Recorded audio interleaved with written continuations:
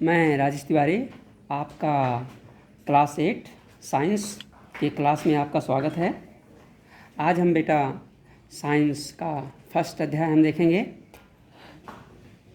उसके पहले मैं देख लेता हूँ कि कौन कौन से अध्याय हैं आपके अध्याय साइंस बुक में। पहला अध्याय बेटा फसल उत्पादन एवं प्रबंध। सेकंड है सूक्ष्म जीव मित्र एवं शत्रु, संश्लेषित रेशे एवं प्लास्टिक, पदार्थ धातु एवं अधातु, कोयला और पेट्रोलियम। अध्याय 6 है दहन और ज्वाला। अध्याय 7 है पौधे एवं जंतुओं का संरक्षण। अध्याय 8 है कोशिका संरचना एवं प्रकार। अध्याय 9 जंतुओं में जन्म। नेक्स्ट देखा जाए बेटा 10 है किशोरावस्था की ओर। और नेक्स्ट है आपका अध्याय 11 बल तथा दाब। अध्याय 12 है घर्षण। अध्याय 13 ध्वनि। अध्याय 14 है विद्युत धारा के रासायनिक प्रभाव। अध्याय 15 है कुछ प्राकृतिक परिघटनाएं। अध्याय 16 है प्रकाश। अध्याय 17 है तारे एवं सौर परिवार। और अध्याय 18 है वायु तथा जल का प्रदूषण। लास्ट में है पारिभाषिक शब्दावली। तो बेटा आपका फर्स्ट अध्याय है फसल उत्पादन एवं प्रबंध।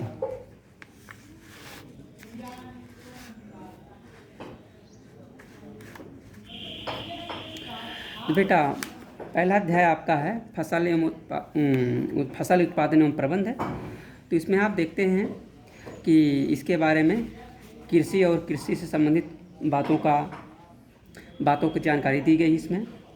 और इसके पहले वीडियो में हमने बताया था फसल क्या है और ऋतु के आधार पर फसल कितने प्रकार के होते हैं। तो ऋतु के आधार पर फसल 2 प्रकार के होते हैं, खरीफ फसल एवं रबी फसल। यहाँ आप देख सकते हैं पिछली वीडियो में बताया गया है। नेक्स्ट हम चर्चा करेंगे फसल की पद्धतियाँ।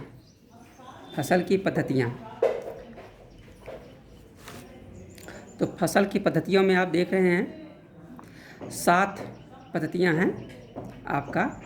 मिट्टी तैयार करना, बुआई, खाद एवं उर्वरक देना, सिंचाई, खरपतवार से सुरक्षा, कटाई, भंडारण। तो आप देखिए फर्स्ट है मिट्टी तैयार करना। अच्छा, सबसे पहले देख लें कि कृषि पद्धतियाँ क्या होती हैं। कृषि पद्धतियाँ का मतलब हो गया फसल उगाने की प्रक्रिया। फसल उगाने में क्या क्या करना पड़ता है, जो भी क्रियाकलाप है वही है कृषि पद्धतियाँ। तो आपका इन सभी पद्धतियों में पहला है मिट्टी तैयार करना। बेटा खेत की तैयारी करना बहुत ज़रूरी है। फसल उगाने से पहले खेत की तैयारी करना बहुत ज़रूरी है, मिट्टी की तैयारी करना बहुत ज़रूरी है। और यह प्रथम चरण है। जब तक मिट्टी की तैयारी नहीं करेंगे, खेत की तैयारी नहीं करेंगे, तब तक उसमें फसल नहीं बोया जा सकता है और फसल अच्छी तरह से अच्छी होगी भी नहीं। तो इसमें क्या होता है, मिट्टी को पलटा जाता है, मिट्टी को पोला बनाया जाता है। ये महत्वपूर्ण काम है इसका, मिट्टी तैयार करने का। और इसमें पोली मिट्टी जो होती है, मिट्टी में रहने वाले केंचुए और सूक्ष्म जीवों की वृद्धि करने में सहायता करती है। यह किसानों के मित्र होते हैं बेटा, आप लोग जानते हैं। और केंचुए किसानों के मित्र होते हैं क्योंकि ये मिट्टी को पलट करके पोला बना देते हैं और उसमें उसे ह्यूमस बना देते हैं। और जो मिट्टी होती है उसको खाद के रूप में भी परिवर्तित कर देते हैं। इस तरह से मिट्टी की तैयारी करना पहला चरण है। इसमें देखते हैं मिट्टी की तैयारी करने में जुताई भी करनी पड़ती है। तो जुताई क्या है, मिट्टी को उलटने पलटने एवं पोला करने की प्रक्रिया ही जुताई कहलाती है। मिट्टी को उलटने पलटने एवं पोला करने की प्रक्रिया जुताई कहलाती है। इसे हल चलाकर किया जा सकता है। हल लकड़ी और लोहे के बने होते हैं। यदि मिट्टी सूखी है तो उसे जुताई करने से पहले थोड़ा सा पानी दे देते हैं, थोड़ा जिससे वो जो ढेले होते हैं, जो बड़े बड़े चिक्के हो जाते हैं, थोड़ा सा नरम हो जाए। अच्छा, कभी कभी ऐसा भी होता है कि जुताई से करने से पहले जो है खेत को खेत में खाद भी डालना पड़ता है, और कभी कभी खाद दे करके उसे कुछ बिखेरना भी पड़ता है। तो यह था आपका मिट्टी का पहला चरण, मिट्टी तैयार करना पहला चरण था। नेक्स्ट है आपका बुआई। मिट्टी तैयार करके उसके बाद बुआई करना पड़ता है, ध्यान दीजिएगा बेटा। तो बुआई में क्या करते हैं, बीजों का चयन करना पड़ता है। बुआई में बीजों का चयन करना पड़ता है, बीज अच्छे हैं, ख़राब है, कैसे है।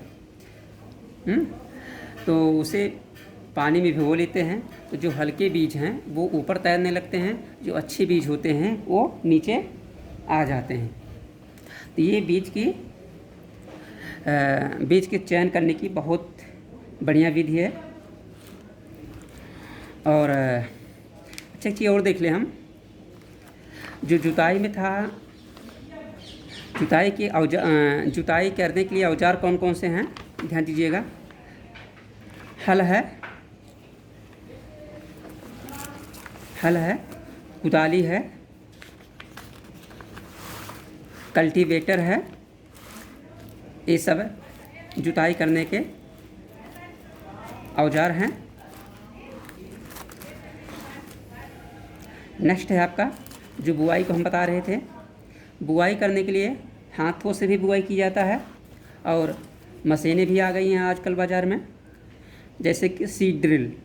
सीड ड्रिल क्या करता है, ट्रैक्टर द्वारा संचालित होता है, और इससे समय की बचत होती है और श्रम की भी बचत होती है। तो बहुत अच्छा यंत्र है ये बीज बुआई के लिए। नेक्स्ट आपका है खाद एवं उर्वरक मिलाना। वह पदार्थ जिन्हें मिट्टी में पोषक स्तर बनाए रखने के लिए मिलाया जाता है, उन्हें खाद एवं उर्वरक कहते हैं। एक बार और समझ लें, वह पदार्थ जिन्हें मिट्टी में वो पोषक स्तर बनाए रखने के लिए मिलाया जाता है, उन्हें खाद एवं उर्वरक कहते हैं। अच्छा, अगर आपसे ये पूछा जाए कि उर्वरक या खाद करता क्या है, तो कुल मिलाकर के आप बता सकते हैं खाद या उर्वरक मिट्टी में पोषक तत्व को बनाए रखता है और पौधों को पोषक तत्व प्रदान करता है। तो मिट्टी फसल को खनिज पदार्थ प्रदान करती है। यह पोषक पौधों की वृद्धि के लिए आवश्यक है। कुछ क्षेत्रों में किसान खेत में एक के बाद दूसरी फसल उगाता रहता है, खेत कभी भी खाली नहीं छोड़े जाते हैं।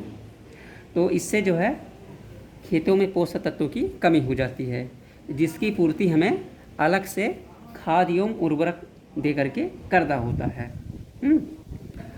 तो बस पोषक तत्वों की पूर्ति के लिए हमें खाद देना होता है, और यही सब प्रक्रिया ही कहलाती है खाद देना। तो बेटा एक चीज़ और जान ले, खाद एवं उर्वरक में अंतर क्या है। अभी ये भी बहुत ज़रूरी चीज़ है और समझना मस्ट है, क्योंकि पेपर में, परीक्षा प्रश्न पत्र में आता रहता है।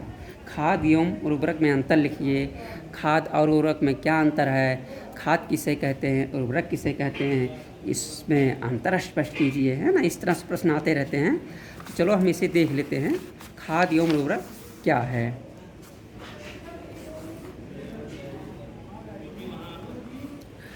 तो खाद एवं उर्वरक में बेटा देखें, देखिए सबसे पहले आप फर्स्ट पॉइंट पे जिसे बुक में दिया गया है इस तरह से दिया गया है, लेकिन आप पहले बता सकते हैं कि देखिए यहाँ से आप दे सकते हैं, यहाँ से थोड़ा सा अपने मन से भी लिखा जा सकता है इसे, कि उर्वरक एक रासायनिक पदार्थ है और खाद एक जैविक पदार्थ है। इसको फर्स्ट पॉइंट बनाकर लिखा जा सकता है, अलग से लिखा जा सकता है। उर्वरक एक रासायनिक पदार्थ है, जबकि खाद एक जैविक पदार्थ है। अब नेक्स्ट आपका है, उर्वरक एक अकार्बनिक लवण है, और जबकि खाद एक प्राकृतिक पदार्थ है। जो गोबर, मानव अपशिष्ट एवं पौधों के अवशेष के विघटन से प्राप्त होता है। ध्यान दीजिएगा, उर्वरक एक अकार्बनिक लवण है, मतलब विदाउट कार्बन की। उर्वरक एक अकार्बनिक लवण है। खाद एक, जबकि खाद एक प्राकृतिक पदार्थ है, नेचुरल पदार्थ है, जो गोबर से मिलता है, मानव अपशिष्ट से मिलता है, मतलब ये पौधों के अवशेष के विघटन से प्राप्त होता है। इन सब पदार्थों के विघटन से प्राप्त होता है, मतलब चेंज होता है, विकलन उसका होता है, तब जा कर के खाद बनता है। अब जैसे आप गोबर देखते होंगे तो गोबर डायरेक्ट खाद तो है, लेकिन गोबर चेंज होता है। वो बाद में देखेंगे बहुत, जहाँ गोबर फेंका जाता है गड्ढे बनाकर फेंके जाते हैं गोबर, कुछ दिनों के बाद देखेंगे वो गोबर की संरचना दूसरी हो जाती है, वो विघटन उसका हो जाता है बेटा। नेक्स्ट है, उर्वरक का उत्पादन फैक्ट्रियों में होता है और खाद का उत्पादन खेतों में होता है। अब बुक में ऐसे लिखा गया, आप ऐसे लिख सकते हैं, चाहे अपने मन से लिख सकते हैं बेटा। उर्वरक का उत्पादन फैक्ट्रियों में होता है, खाद खेतों में बनाई जाती है, या खाद का उत्पादन खेतों में होता है। नेक्स्ट है, उर्वरक से मिट्टी को ह्यूमस प्राप्त नहीं होता है। उर्वरक से मिट्टी को ह्यूमस प्राप्त नहीं होता है, और खाद से मिट्टी को ह्यूमस प्रचुर प्राप्त होती है। देखिए, खाद में क्या खाद होता है, उर्वरक जो केवल उर्वरक ही होता है, और खाद में क्या होता है, ये मिट्टी की तरह होता है, क्योंकि ये गोबर, मानव अपशिष्ट, पौधे इत्यादि सबके विघटन से मिलकर बनता है, और उसी को तो ह्यूमस कहते हैं। जो सड़ा गला पदार्थ अंश होता है, वही सब मिला करके ही ह्यूमस बनता है। कुल मिलाकर खाद से मिट्टी को ह्यूमस बहुत ज़्यादा मिलता है, और जबकि उर्वरक से मिलता ही नहीं है। नेक्स्ट है, उर्वरक में पादप पोषक जैसे कि नाइट्रोजन है, फास्फोरस है, पोटेशियम है, प्रचुर मात्रा में होते हैं। और खाद में क्या होता है, पोषक तत्व तो इसकी तुलना में कम थोड़ा होते हैं, लेकिन होते सब हैं लगभग, इसी बात नहीं है। और समझ लें, उर्वरक से खेत की मिट्टी बंजर भी हो जाती है, अनुपजाऊ भी हो जाती है, लेकिन खाद से ऐसा नहीं होता है। खाद से बंजर नहीं होती है, अनुपजाऊ नहीं होती है। उर्वरक जो होता है टिकाऊ नहीं होता है, उर्वरक टिकाऊ नहीं होता है, जबकि खाद ये टिकाऊ होता है, अधिक दिन तक चलता है। ये उर्वरक बार बार डालना पड़ता है, जबकि खाद बार बार नहीं डालना पड़ता है। हाँ, बार बार डालते हैं तो मजबूती और बढ़ती चली जाएगी। हमेशा नहीं कह सकते हैं कि खाद नहीं डालना पड़ता है। आप हर साल हर बार खेत में खाद डालेंगे तो और उसकी मजबूती बढ़ जाएगी। तो बेटा, अगर आपसे कहा जाए कि उर्वरक के उदाहरण दीजिए, अभी आपसे पूछा जाए परीक्षा में, उर्वरक के 2 उदाहरण लिखिए, उर्वरक के 2 उदाहरण लिखिए, तो बड़े आसानी से आप उत्तर दे सकते हैं। देखिए, बुक में भी है, urea, ammonium sulphate, super phosphate, potash, NPK। NPK का फुल फॉर्म बेटा नाइट्रोजन, फास्फोरस, पोटेशियम। अब देखिए यहाँ पर, अगर आपसे पूछा जाए NPK का फुल फॉर्म लिखिए, NPK का फुल फॉर्म, NPK का फुल फॉर्म हम बता सकते हैं नाइट्रोजन, फास्फोरस, पोटेशियम। या देखिए, यहाँ से प्रश्न बन रहा है, जितना आप पढ़े हैं यहाँ से पॉइंट मतलब हर एक स्टेप से आपका प्रश्न बन रहा है। अब आप समझ जाएंगे तो आप आसानी से उसका उत्तर दे सकते हैं।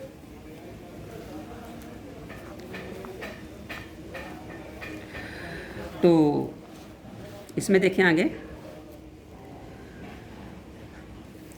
पौधों के लिए उर्वरक और पोषक तत्व प्रदान करने के लिए एक जीवाणु होते हैं, और उसे एक अच्छा साथ में पढ़े भी होंगे आप, जिसका नाम है राइजोबियम जीवाणु या राइजोबियम बैक्टीरिया। ये कहाँ होते हैं? ये फलीदार लेगमिनस पौधों की जड़ों की ग्रंथियों में पाए जाते हैं बेटा, और ये वायुमंडलीय नाइट्रोजन का स्थिरीकरण करते हैं। तो आपसे पूछा जाए कि राइजोबियम बैक्टीरिया कहाँ पाए जाते हैं, आप बता सकते हैं ये फलीदार पौधों की जड़ों की ग्रंथियों में पाए जाते हैं। फिर ये क्या करते हैं, ये वायुमंडलीय नाइट्रोजन का स्थिरीकरण करते हैं, है ना। आप ध्यान दीजिए इसको, राइजोबियम जीवाणु क्या करते हैं, वायुमंडलीय नाइट्रोजन का स्थिरीकरण करते हैं ये। अच्छा, अब हम देखें खाद के लाभ। खाद के लाभ क्या होते हैं? जैविक खाद उर्वरक की जैविक खाद उर्वरक की अपेक्षा अधिक अच्छी मानी जाती है। जैसा कि अभी हम बता भी रहे थे कि उर्वरक जो है खाद में डिफरेंस है, लेकिन खाद जो है थोड़ा उत्तम मानी जाती है। तो खाद के लाभ जैविक खाद उर्वरक की अपेक्षा अधिक अच्छी मानी जाती है। उसका कारण देख लें। इससे मिट्टी की जल धारण क्षमता में वृद्धि होती है। इससे मिट्टी भुरभुरी एवं सरंध्र हो जाती है, जिसके कारण गैस विनिमय सरलता से हो जाता है। इससे मित्र जीवाणुओं की संख्या में वृद्धि हो जाती है। इस जैविक खाद से मिट्टी का गठन सुधर जाता है। ये अलग से प्रश्न बन जाता है, खाद के लाभ लिखिए या खाद के कौन कौन से लाभ हैं। इस तरह से आपके सामने तो नए नए प्रश्न बनाकर आ सकते हैं आप, और आप उत्तर को आसानी से लिख सकते हैं। नेक्स्ट आपका बेटा नेक्स्ट स्टेप है सिंचाई। सिंचाई का मतलब ये कहना इसे बताया गया था, ये कृषि पद्धतियों के बारे में बता रहे हैं। ध्यान दीजिएगा बेटा, कृषि पद्धतियों मिट्टी की तैयारी करना हो गया, बुआई हो गया, खाद एवं उर्वरक हो गया। तो चौथा स्टेप है सिंचाई। सिंचाई यहाँ देखें, सिंचाई जैसे जीवित रहने के लिए प्रत्येक जीव को जल की आवश्यकता होती है, वैसे पौधों को भी जल की आवश्यकता होती है ना। तो जो बीजों का अंकुरण करने में सहायता करता है और भी वृद्धि करने में सहायता करता है। तो चलो देखते हैं सिंचाई क्या है। सिंचाई क्या है, सिंचाई की परिभाषा देख लें, डेफिनेशन देख लें इसकी। विभिन्न अंतराल पर खेत में जल देना सिंचाई कहलाता है। बहुत ही आसान परिभाषा है बेटा। विभिन्न अंतराल पर खेत में जल देना सिंचाई कहलाता है। देखिए बेटा, यहाँ इसकी डेफिनेशन है। सिंचाई के समय एवं बारबानता फसलों, मिट्टियों, मृत में विभिन्न भिन्न होता है। ऐसा जरूरी नहीं कि सबको एक जैसा दिया जाता है पानी। जितनी फसल होती है सबको लगभग कुछ तो होता है, एक दो बार सबको देना पड़ता है, लेकिन कुछ जो है ज़्यादा बार देना पड़ता है। धान के लिए जैसे है, गन्ना है। और नेक्स्ट है सिंचाई के स्रोत। सिंचाई के स्रोत कुआं, नलकूप, तालाब, झील, नदियाँ, बांध एवं नहर इत्यादि जल के स्रोत है बेटा। यहाँ देख लिए लिखा गया है, आप फिगर भी देख सकते हैं। फिगर है, इसको मोट बोला जाता है। ये चेन है, फिगर को आप देख सकते हैं। और ढेकली है, ये इधर रहट है। इसमें देखिए फिगर को आसानी से आप देख सकते हैं।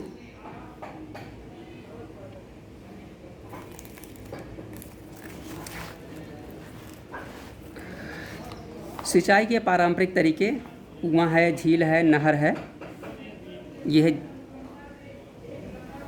और भी है मोट, घिरनी, चेन, पंप, ढेकली, ये सब हैं। नेक्स्ट है सिंचाई की आधुनिक विधियाँ। सिंचाई की आधुनिक विधियाँ, ध्यान दीजिएगा बेटा। ये इधर जो बताया गया था, ये सिंचाई के पारंपरिक तरीके हैं। इधर मोट, घिरनी, चेन, पंप, ढेकली, राहट, तोलक था। इधर कुआं, झील, नहर, सब जो है पारंपरिक तरीके हैं। और इधर जो बताया जा रहा है सिंचाई के आधुनिक तरीके हैं।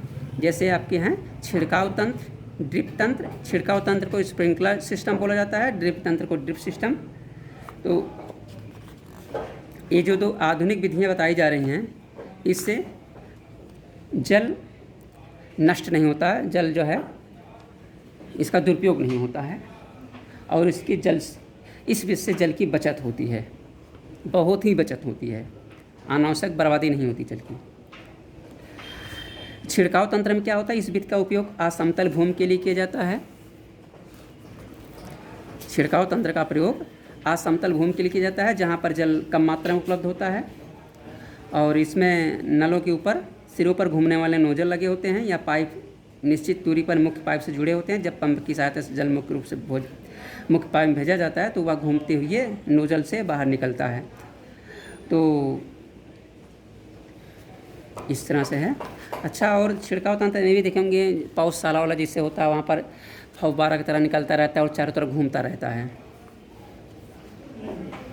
पौधशाला में भी देख सकते हैं, बहुत सारे पौधशालों में लगे होते हैं, ये जाकर आप देख सकते हैं। और नेक्स्ट आपका है ड्रिप सिस्टम। ड्रिप सिस्टम में क्या, ड्रिप में बूंद होता ही है, बूंद करके पौधों की जड़ों में गिरता है। इस विधि में जल बूंद करके पौधों की जड़ों में गिरता है, अतः इसे ड्रिप तंत्र कहते हैं। ड्रिप तंत्र क्या है, कह सकते हैं ड्रिप तंत्र में सिंचाई की विधि जिसमें जल बूंद बूंद करके पौधों की जड़ों में गिरता है, अतः इसे ड्रिप तंत्र कहते हैं। ये फलदार पौधों, बगीचों एवं वृक्षों को पानी देने का एक सर्वोत्तम तरीका है। इससे पौधे को बूंद बूंद करके जल प्राप्त होता है। इस व्यर्थ में जल बिल्कुल भी व्यर्थ नहीं होता है, अतः ये जल की कमी वाले क्षेत्रों के लिए एक वरदान है। मतलब जहाँ जल कम मात्रा में है, वाटर लेवल बहुत नीचे है, वहाँ के लिए वरदान है। ड्रिप तंत्र बहुत अच्छी चीज़ है, बहुत अच्छी व्यवस्था है ये। तो दोनों ये आधुनिक विधियाँ हैं। नेक्स्ट है खरपतवार। देखिए बेटा, फसल उगाते हैं तो उसमें अनावश्यक पौधे भी उगाते हैं, जिसे हम उसी को उगाते नहीं हैं, अपने आप उगाते हैं। तो इस प्रकार से खरपतवार की परिभाषा आप दे सकते हैं। खेत में कई अन्य अवांछित पौधे, मतलब जो हम चाहें ना अपने आप उगाएं, खेत में कई अन्य अवांछित पौधे प्राकृतिक रूप से फसल के साथ उग आते हैं। इन अवांछित पौधों को खरपतवार कहते हैं। मतलब आप दूसरी तरीके से भी ले सकते हैं। फसल के साथ अपने आप उग आने वाले पौधों को खरपतवार कहते हैं।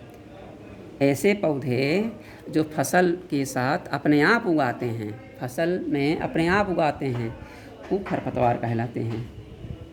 और बुक में जो लिखा गया है, खेत में कई अन्य अवांछित पौधे प्राकृतिक रूप से फसल के साथ उगाते हैं। इन अवांछित पौधों को खरपतवार कहते हैं। तो आप समझ करके अपनी स्तर से लिख सकते हैं इसे। खरपतवार हटाने की प्रक्रिया को निराई कहते हैं, है ना। ये सब चीज़ है। निराई खुरपी से और मशीनों से किया जाता है, हाथों से भी किया जाता है। आगे आपका है खरपतवार नाशी जैसे 2,4-D है, खेतों में डाल देते हैं। और आजकल नए जो है हंटर वंटर जिसे बोला जाता है, कीटनाशक दवाएं, खरपतवार नाशी, ये सब दवाएं आ गई हैं।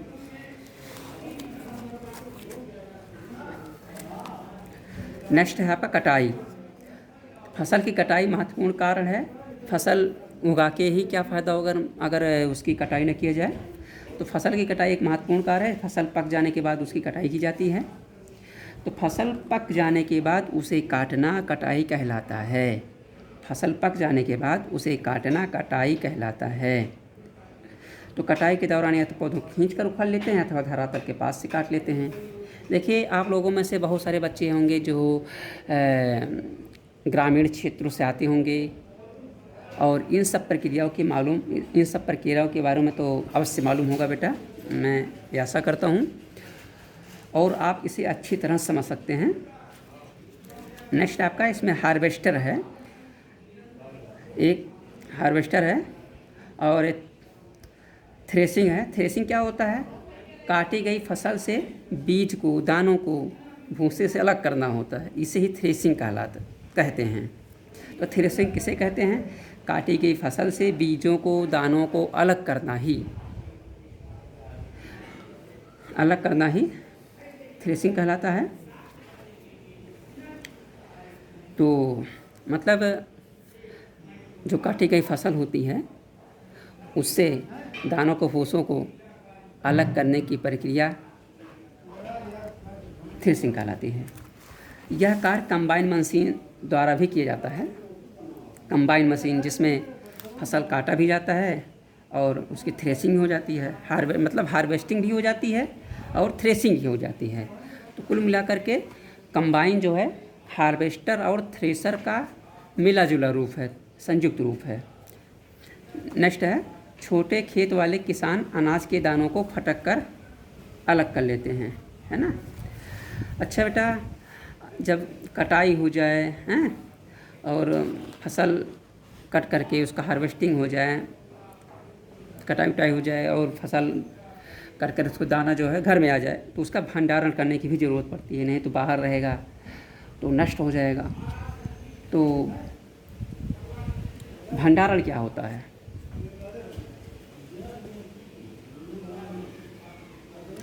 भंडारण जो है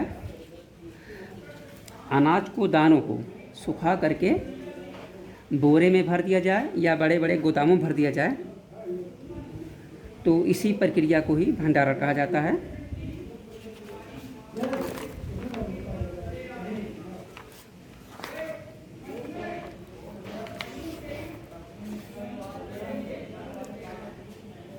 तो भंडारण जो है, भंडारण के लिए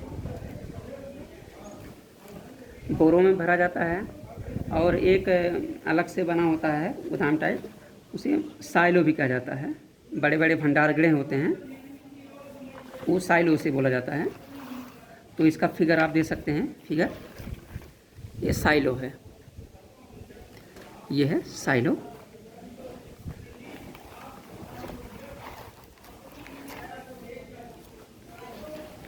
इसमें नेक्स्ट आपका है अब पशुपालन, क्योंकि कृषि में, एग्रीकल्चर में पशुपालन भी आ जाता है। खेती बाड़ी करना तो है, खेती बाड़ी के साथ साथ कृषि में पशुपालन भी आ जाता है। तो पशुओं का बड़े पैमाने पर पालन ही पशुपालन कहलाता है। जिसे फसल क्या है, अनाज को, पौधों को बड़े पैमाने पर जब उगाया जाता है किसी स्थान पर, तो उसे ही फसल कहते हैं। तो वैसे ही जानवरों को, जंतुओं को जब बड़े पैमाने पर पाला जाता है तब उसे ही पशुपालन कहते हैं। तो देखिए इधर आपने, तो पशुपालन में गाय है, भैंस है, बकरी है, इन सबको पाला जाता है। मछली भी पाली जाती हैं, उसमें सबका अलग अलग उद्देश्य होता है। कभी जो है दूध के लिए, कभी मांस के लिए, बाल के लिए, अलग अलग जो है उद्देश्य होता है। तो इसमें लास्ट में देखें हम, आपने क्या सीखा, आप बुक में देख सकते हैं, आपने क्या सीखा।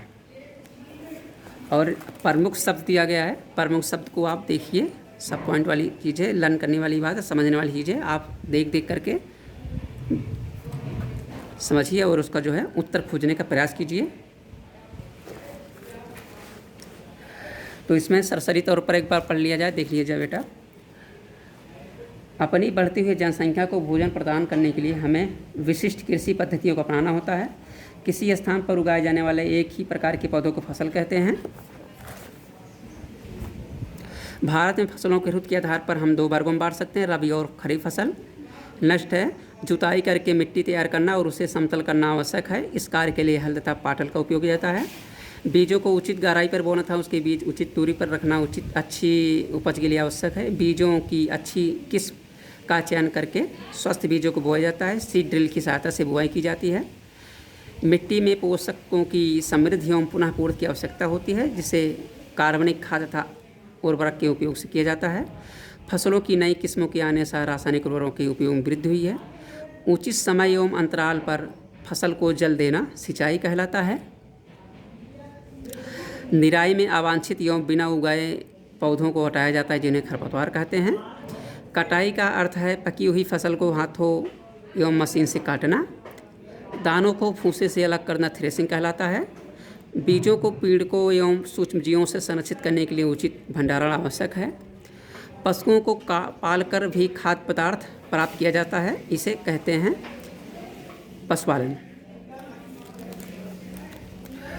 और आपका बेटा इसमें है अभ्यास, अभ्यास दे सकते हैं। उचित शब्द छांट कर रिक्त स्थानों की पूर्ति कीजिए। तैरने, जल, फसल, पोषक तत्व, तैयारी। आपका क्या है, एक स्थान पर एक ही प्रकार के बड़ी मात्रा में उगाए गए पौधों को कहते हैं। आप समझ के फीलिंग करिएगा। फसल उगाने से पहले प्रथम चरण मिट्टी की होती है।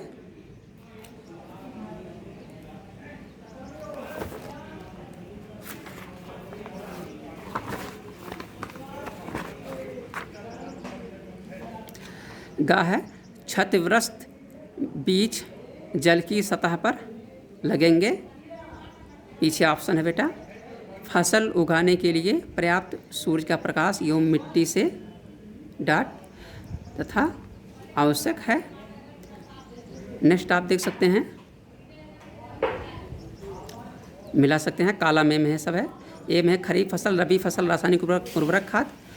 इधर है बी में मवेशी उपचार, यूरिया, सुपर फास्फेट, पशु अपशिष्ट, गोबर मूत्र एवं पादप अवशेष, गेहूँ, चना, मटर, धान एवं मक्का। नेक्स्ट है आपका उदाहरण दे सकते हैं, खरीफ फसल, रबी फसल, पिछली वीडियो में बताया गया है। और खरीफ फसल में जो है वही गर्मी वाली और बरसात वाली फसल है, आपका रबी वाली ठंडी वाली फसल है, धान होने जैसे हुआ। निम्न पर अपने शब्दों में एक पैराग्राफ लिखना है। देखिए, मिट्टी तैयार करना, बुआई, निराई, थ्रेसिंग अपने शब्दों में बता सकते हैं। नेक्स्ट है, स्पष्ट कीजिए उर्वरक खाद से किस प्रकार भिन्न है। उर्वरक और खाद में डिफरेंस आपको बताया गया है। उर्वरक एवं खाद में डिफरेंस बताया गया है, इसे आसानी से आप लिख सकते हैं। सिंचाई किसे कहते हैं। जल संरक्षित करने वाली सिंचाई की 2 विधियों का वर्णन कीजिए।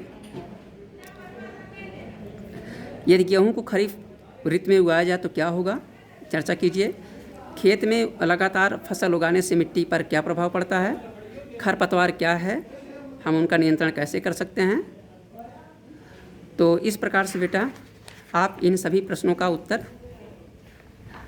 पता कर सकते हैं, और जो बताए गए हैं सारी बातें आपको उसको समझ करके आंसर दे सकते हैं। जो आंसर ना आता हो आप संपर्क कीजिएगा, बताया जाएगा। थैंक यू, धन्यवाद।